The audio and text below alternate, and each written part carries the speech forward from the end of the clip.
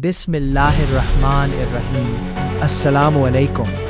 बहरी जहाज़ों के कब्ज़े की इत्तला से अमन मुज़ाकरात पर नई गैर यकीनी सूरत हाल पैदा हो गई है।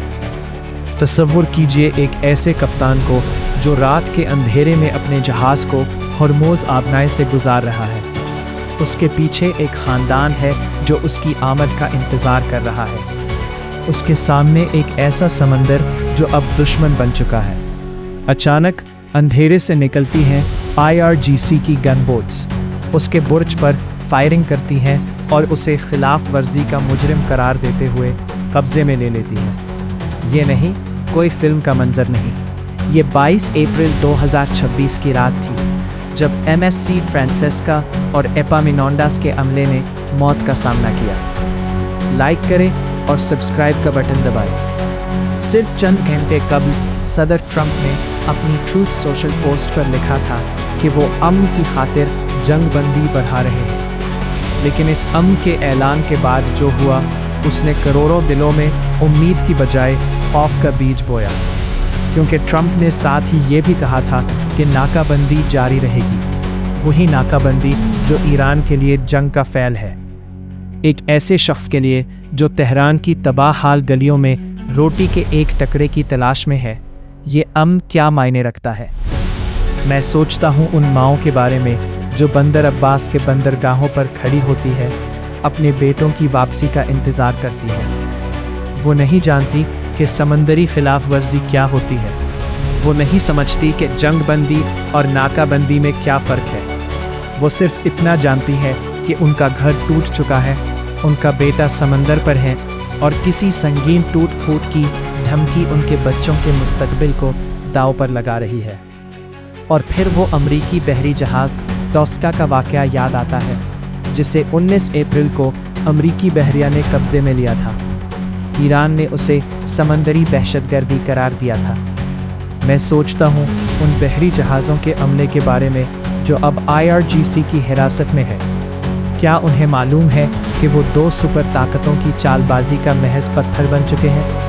क्या वो जानते हैं कि उनकी ज़िंदगी अब मुज़ाकरात की मेज़ पर एक कार्ड बनकर इस्तेमाल हो रही है? जब अमरीकी नायब सदर JD वेंस का इस्लामाबाद जाने का मंसूबा तहलील हुआ तो पाकिस्तान के वज़ीर आज़म शहबाज शरीफ ने कितनी नाउमीदी महसूस की होगी। वो जो सालिस बनने की कोशिश कर रहे थे, अब देख रहे हैं कि उनकी मेज़ पर बैठने वाले खिलाड़ी ही मेज़ उठाकर ले जा रहे हैं। ईरान के पार्लिमानी स्पीकर कालीबाफ ने जो नए कार्ड जाहिर करने की धमकी दी थी, क्या वो यही था? एक ऐसा कार्ड जो आम इंसानों के खून से रंगा हुआ है। माइशत का वो मंजर देखिए जो इस गैर यकीनी सूरत हाल ने पैदा किया। ब्रेंट क्रूड तेल $100 फी बैरल से ऊपर चला गया।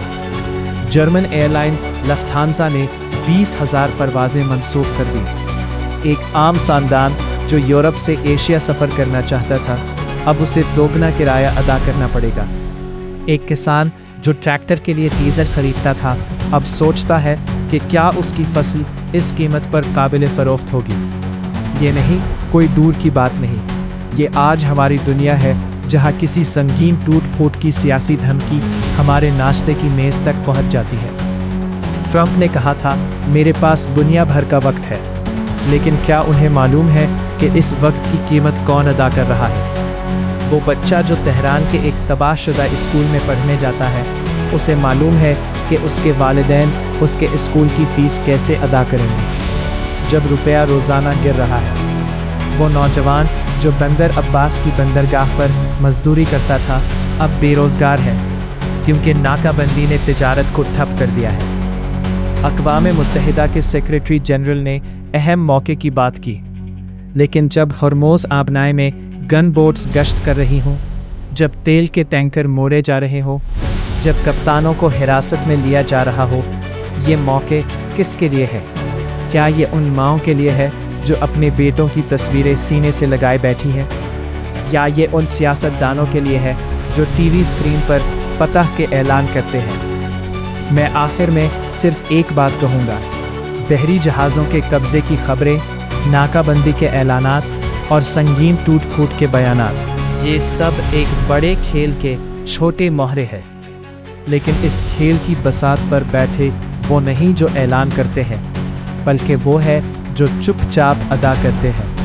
وہ کپتان جسے حراست میں لیا گیا، وہ ماں جو انتظار میں ہے، وہ بچہ جو اسکول نہیں جا سکتا، وہ کسان جو اپنی فصل نہیں بچا سکتا۔ یہ ہے اصل کھلاڑی اور یہ ہے اصل ہارنے والے۔